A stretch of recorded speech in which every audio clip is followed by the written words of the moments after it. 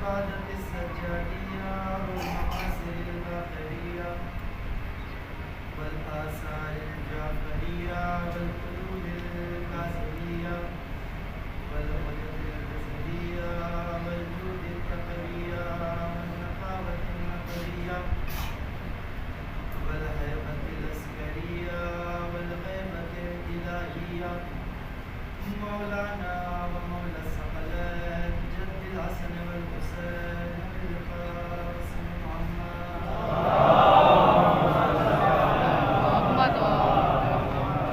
السيدين الطاهرين المعصومين والمسلمين أما بعد فقد قال الله تبارك وتعالى في كتابه الكريم وهو أصدق الصادقين وقوله الحق بسم الله الرحمن الرحيم أن هذا صراطي مستقيما فاتبعوه ولا تتبعوا السبل فتفرق بكم عن سبيله ذلكم وصاكم به لعلكم آج جس کا ذکر کرنے کے لیے ہم لوگ جمع ہوئے ہیں اس کی شخصیت عظمت ہے جناب سید سجاد یعنی امام زین العابدین علیہ السلام کی حیثیت کیا ہے کربلا میں اور انتخاب امام حسین کیا ہے امام حسین علیہ السلام نے جو انتخاب کیا ہے کربلا والوں کا کیا سوچ کے لیے کیا مقصد تھا کیا ہدف تھا اور سید سجاد نے شام میں جا کر وہ کون سا ایسا کام کیا کہ جس کے ذریعے سے خود یزید کے دربار میں سید سجاد نے اپنی فتح کا اعلان کیا بنی امیہ کی جتنی حکومت تھی جتنی کوششیں تھیں ان ساری کوششوں کے اوپر سید سجاد کیسے دو جملوں کے ذریعے سے فتح حاصل کیا بس یہی ذکر کرنا ہے آپ کی زندگی جس آیت کریمہ کو میں نے اس نام کلام قرار دیا ہے اس آیت پر مسلسل میں نے بیان کیا کیا کہا کہ دیا گیا کہ انا ھذا صراطی مستقیما یہ میرا سیدھا راستہ ہے فاتبعوہ پس تم اس کی اتباع کرو ولا تتبعوا السبل فتفرق بکم عن سبیلہ خبردار ان راستوں کے چکر میں ان راستوں سے دور نہ ہو جانا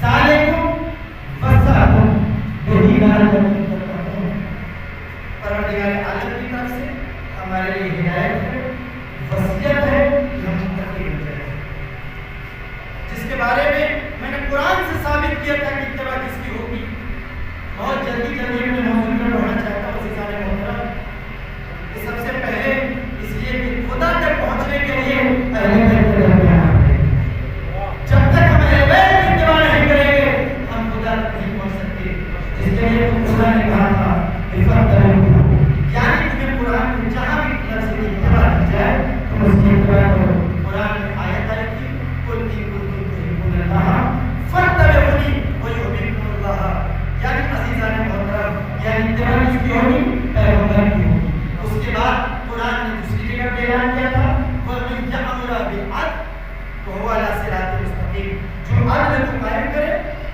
وہ صراط مستقیم پر ہے اس کی اتباع ہوگی یہ سلسلہ محمد مصطفیٰ سے چل کر کے کہاں آتا ہے امام مہدی تک جاتا ہے لیکن عزیزان محترم فرق نہیں ہے کہ میں سب کا تذکرہ کروں لیکن محمد مصطفیٰ کے بعد جب یہ سلسلہ علی بن ابی طالب تک پہنچا اس کے بعد یہ سلسلہ امام حسن تک پہنچا اور یہ سلسلہ امام حسین تک آتا ہے عزیزان محترم امام حسین کی اتباع کیوں کی جائے گی اس لیے کہ امام حسین نے جینے کا سلیقہ بتایا ہے حسین نے بتایا ہے کہ دنیا میں کیسے تمہیں زندگی گزارنی ہے حسین نے بتایا ہے کہ تمہیں دشمنوں سے مقابلہ کیسے کرنا ہے اگر حسین نہ ہوتے تو سید سجاد شام کے دربار میں جا کے کیسے گفتگو نہ کرتے کہ جیسے سید سجاد نے جا کے اگر حسین نہ ہوتے تو جناب زینب کوفے کے بازار میں ایسے گفتگو نہ کرتی جیسے کوفے کے بازار میں کیا عزیزان محترم جب امام حسین علیہ السلام کے پاس جب معاویہ نے خط لکھا کیا لکھا ہے یہی تو لکھا تھا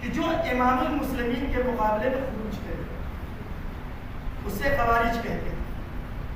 اب یہ لے کر کے آیا مسجد بھری ہوئی ہے. یزید مسجد کوفہ مسجد شام جب لے کر کے آیا سید سجاد ایک گوشے میں بیٹھ گئے. سید سجاد نے یہ نہیں کہا کہ مجھے خطبہ دینا ہے.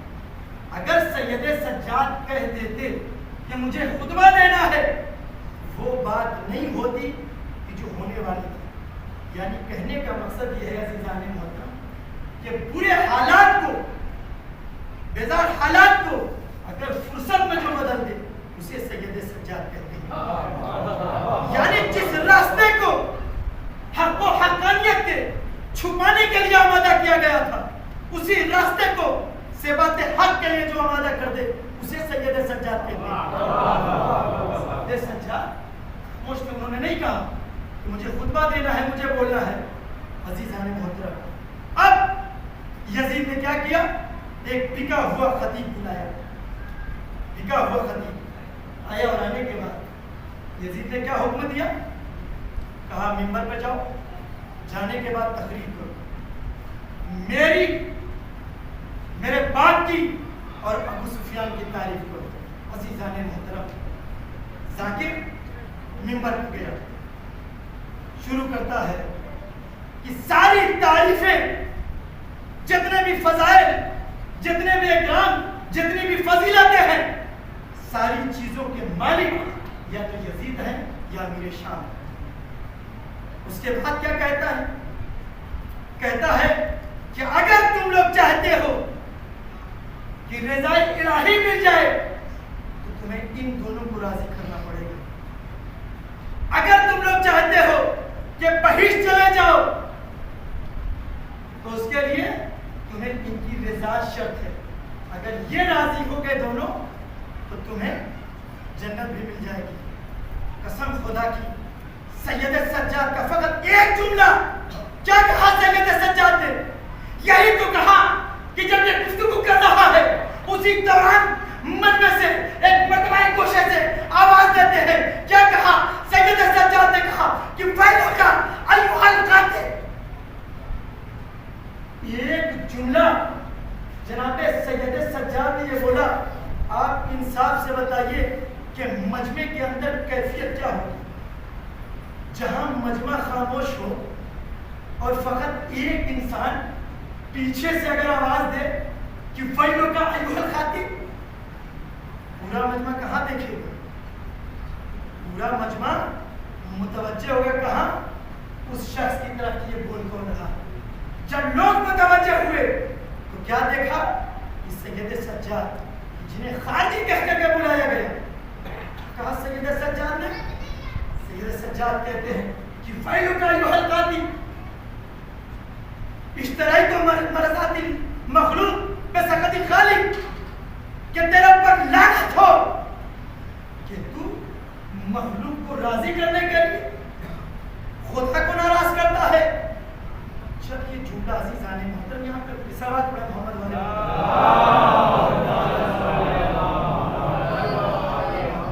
ایسے ماحول میں کہ جہاں پر دشمنان اہل بیت بیٹھے ہوں یزید کا دربار ہو یزید کا شہر ہو یزید کی حکومت ہو ایسی جگہ پر یزید کے خطیب کو روک دینا یہ کسی اور کے بس کی بات نہیں ہے.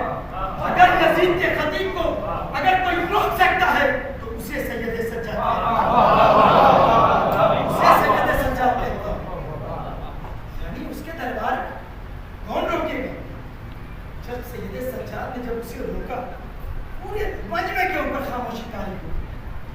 اس کے بعد سید سجاد ایک مرتبہ یزید کی طرف مخاطب ہوئی اور ہونے کے بعد کہتے ہیں کہ یا یزید.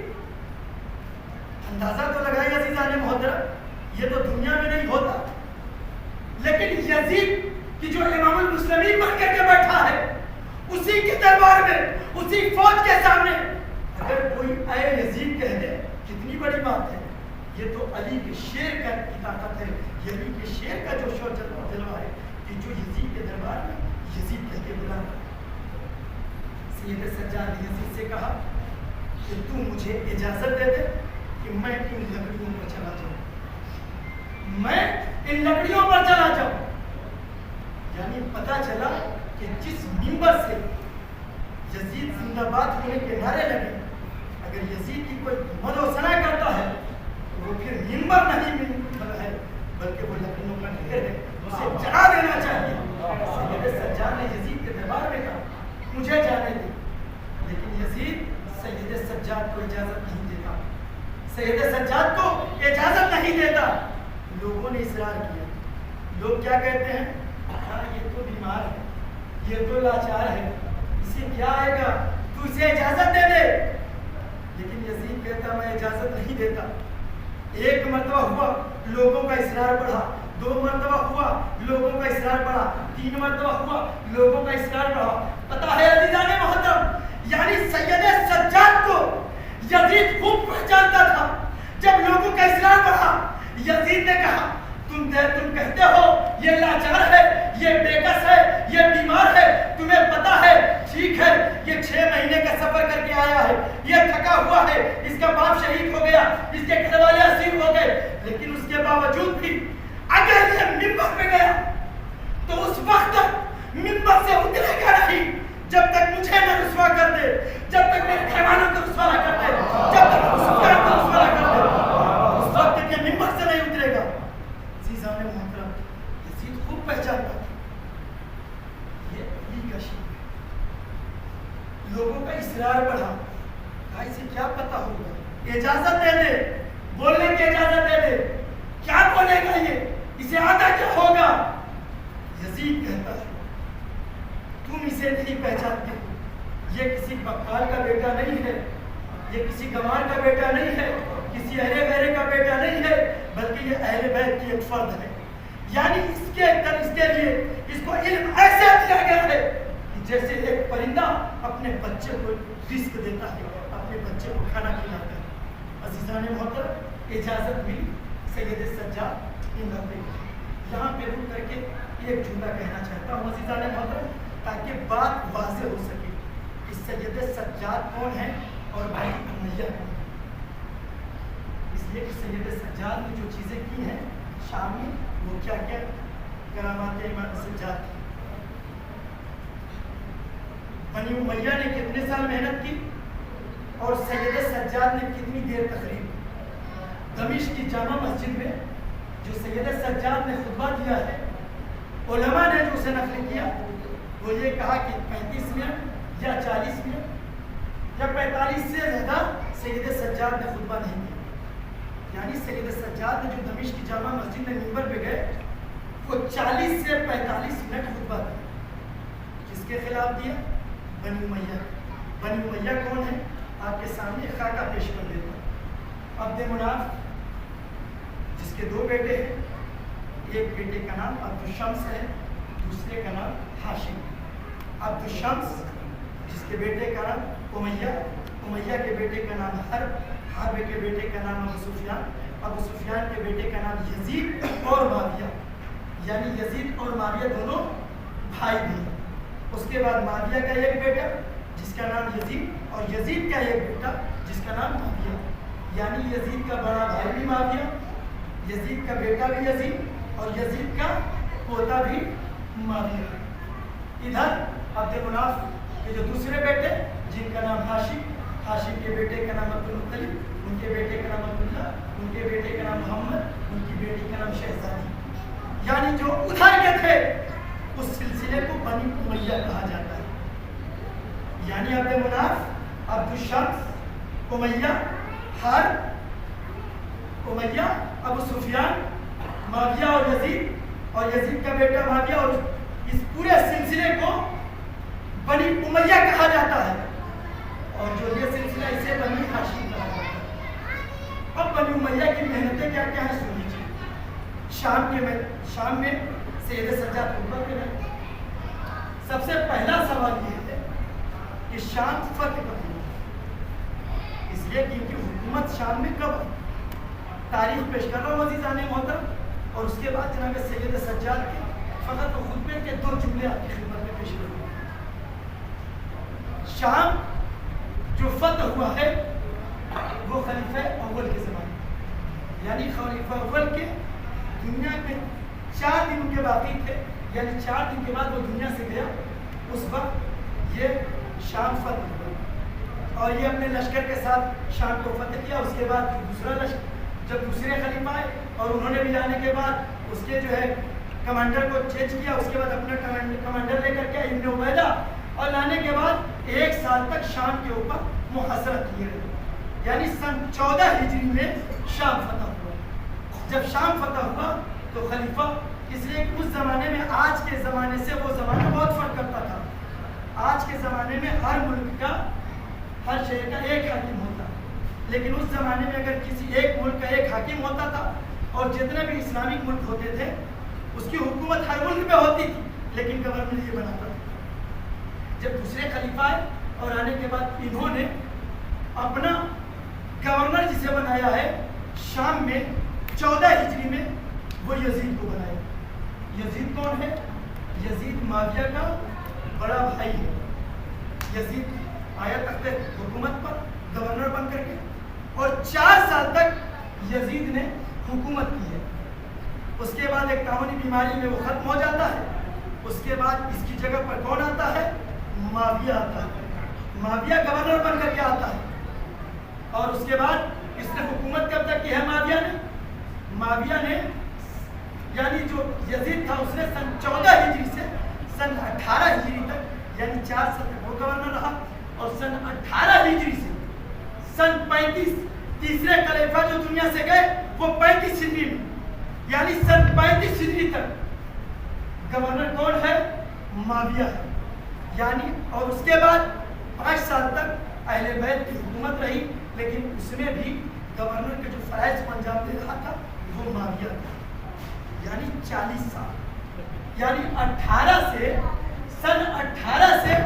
سن 40 ہجری کے درمیان اگر جوڑا جائے تو معاویہ کتنے سال گورنر رہا؟ 22 سال گورنر رہا۔ توجہ چاہتا ہوں عزیزان محترم، فقط آخری جملہ آپ کی خدمت پیش کرنا، یعنی معاویہ 22 سال تک شام کے گورنر رہا۔ اس کے بعد صلح امام حسن کب ہوئی؟ سن 41 ہجری میں۔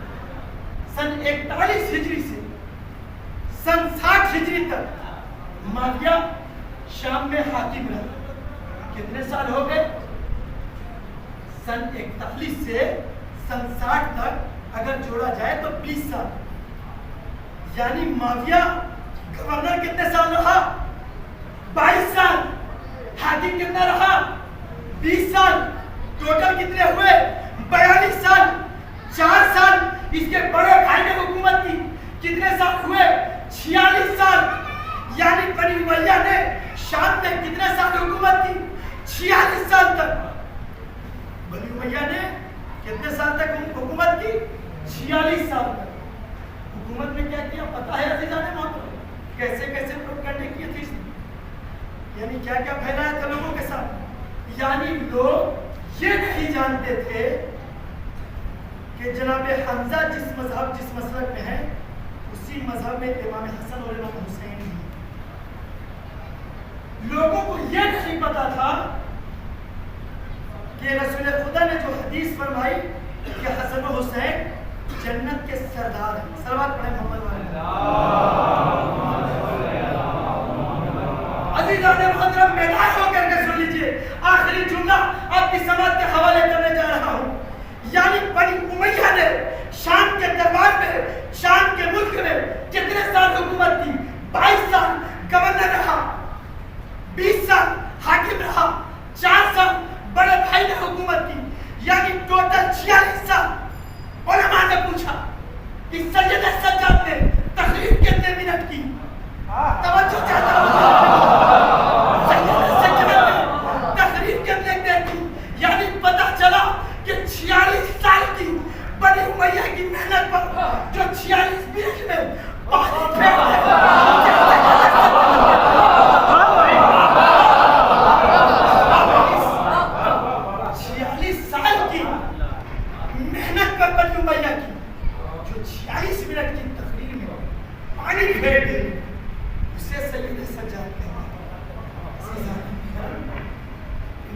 حسین علیہ السلام کا انتخاب. جناب سید سجاد جب منبر پہ گئے وقت نہیں ہے کہ خطبہ پڑھو عزیزان محترم اور جانے کے بعد وہ آخری جملہ جو امام حسین سید سجاد منبر پہ جاتے ہیں کیا کہا سید سجاد نے پتہ ہے عزیزان محترم شام میں ایسا ماحول ہے کہ کوئی اہل بیت کی فضیلت کو سننے کو تیار نہیں لیکن سید سجاد نے اپنے خطبے کے ذریعے سے دربار یزید میں اعلان کرا فقط یہ کہ میرا نام سید سجاد خطبہ دیتے دیتے سید سجاد نے جملہ کہا سنیے ذرا کیا کہتے ہیں سید سجاد نے کہا کہ میں اس کا بیٹا ہوں جس کے بعد کو رلا رلا کے مارا. سید سجاد خطبہ دیتے ہیں عزیزانو اور شام میں سید سجاد نے کہا میں اس کا بیٹا ہوں کہ جس کے بعد گلے کو پسے پشت سکھا. میں اس کا بیٹا ہوں کہ جس کے باپ کو 2 گھونٹ آب نہیں دیا گیا. میں اس کا بیٹا ہوں کہ جس کے باپ کو رلا رلا کے مارا گیا. میں اس کا بیٹا ہوں کہ جس کے باپ کو تڑپا تڑپا کے مارا گیا. تمہیں پتا ہے میں کس کا بیٹا ہوں؟ میں اس کا بیٹا ہوں کہ جس کے گلو کا بوسہ کبھی رسول دیتے تھے کبھی فاطمہ لیتی تھی اس گلو کے اوپر خود خنجر چلا گیا. یہی تو وجہ تھی کہ کربلا کے میدان میں جب یہ لٹا ہوا قافلہ جب چلا ہے جب لاشیں امام حسین کے پاس جب ساری بیویاں آتی ہیں جب جاتی ہیں لیکن سید سجاد کو کیسے اسیر کیا گیا سن لیجیے. سید سجاد کو اسیر اس طریقے سے کیا گیا کہ سواری کے اوپر سید سجاد کے پاؤں کو باندھ دیا گیا تھا. عزادارو بس سن لیجیے اس کے بعد جب ساری بیویاں گری جب ساری بیویاں جب شہداء کے لاشیں پہ آئی ہیں اور آنے کے بعد جناب زینب نے دیکھا کیا دیکھا کہ سید سجاد کے چہرے کا رنگ متغیر ہو رہا ہے. کیوں نہ متغیر ہو جس کا جوان بیٹا موجود ہو اس کے باپ کا جنازہ بے پور و کفن پڑا رہا. عزادارو کیوں نہ متغیر ہو. ایک مرتبہ جناب زینب نے دیکھا دیکھنے کے بعد کہا اے بیٹا کیا تم بھی داغے جدائی دے جاؤ گے؟ اے بیٹا تمہارے چہرے کا رنگ بدل رہا ہے. سید سجاد نے کہا اے پھوپھی اماں ارے آپ نہیں دیکھتی کہ کچھ تہائے نجس کو دفن کر دیا گیا لیکن جس کا جوان بیٹا موجود ہو اس کے باپ کا جنازہ بے پور و کفن پڑا ہے. جناب سید سجاد کے اوپر کتنی مصیبت پڑی سن لیجیے عزادارو. یہ جب لٹا ہوا قافلہ جب کوفہ سے ہوتے ہوئے جب شام میں پہنچا ہے سنیے عزادارو سید سجاد کیوں کہتے تھے الشام الشام الشام کیوں کہتے تھے اس کی وجہ سنیں گے عزادارو. اس کی عزت کیا تھی اس لیے کہتے تھے کہ جب یہ لٹا ہوا قافلہ جب شام میں پہنچا ہے تو شام کے بازار کے سامنے باہر اس قافلے کو روک دیا گیا. کیا کہا گیا دن کا اجالا ہونے دو بازار سجنے دو جب سب کچھ سج جائے گا اس کے بعد اہل بیت کو داخل کرنا تاکہ تماشائی آنے کے بعد تماشا دیکھے. سید سجاد نے بڑی مصیبتیں اٹھائی. عزادارو سنیں گے جب جناب سید سجاد آگے بڑھے بڑھنے کے بعد جب شام کے بازار میں آئے آنے کے بعد ایک تاجر ہے جس سے سید سجاد کی ملاقات ہوئی جس کا نام تاریخ نے ابن تیبہ لکھا ہے. ابن تیبہ قریب آیا سید سجاد کو پہچانتا تھا. سید سجاد سے کہتا ہے کہ میں کیا مدد کر سکتا ہوں. سید سجاد نے فقط ایک جملہ کہا اگر تم میری مدد کر سکتے ہو تو دیکھو اگر تمہارے جیب میں اگر درہم و دینار ہے تو دیکھو جو یہ سارے ملت کو لے کر کے چل رہے ہیں ان کو جا کر کے کچھ پیسے دے دو کچھ درہم و دینار دے دو تاکہ یہ بازار میں داخل ہو جائے تاکہ مجمع سروں کی طرف مخاطب ہو جائے. اس لیے کہ میری ماں بہنیں میری پھوپھیاں بن چادر کی بن رضا کی جا رہی ہیں. عزادارو سنیں گے عزادارو ارے یہی تو وجہ تھی کہ سید سجاد سے جب لوگ پوچھتے تھے تو سید سجاد ایک ہی جملہ کہتے تھے الشام الشام الشام. ارے سید سجاد جب مدینے آئے سنیں گے عزادارو باہر جب مسلح میں بیٹھتے تھے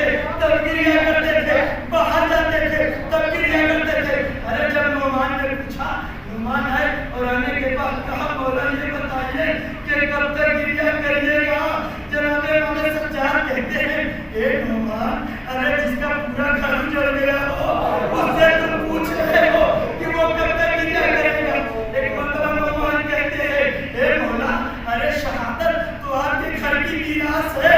ارے آپ کب تک دنیا کریے گا. سید سجاد تڑپ گئے. ایک مرتبہ شام کا منظر سید سجاد کی نظروں کے سامنے آیا.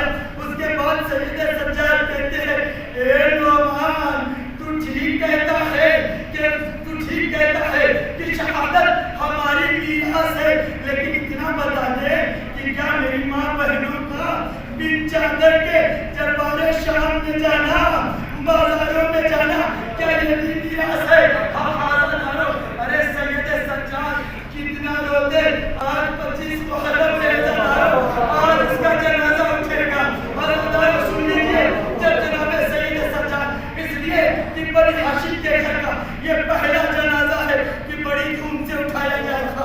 اس لیے کہ حسن کا جنازہ اٹھا، تینوں کی بارش ہوئی، حسین کا لاشا میرے گولوں کفن پڑا ہے. لیکن جب جناب سید سجاد کا جنازہ اٹھا ہے، سنیں گے عزادارو، جب جنازہ اٹھا ایک مرتبہ امام محمد باقر لوگوں کے قریب آئے اور آنے کے بعد کہتے ہیں اے لوگوں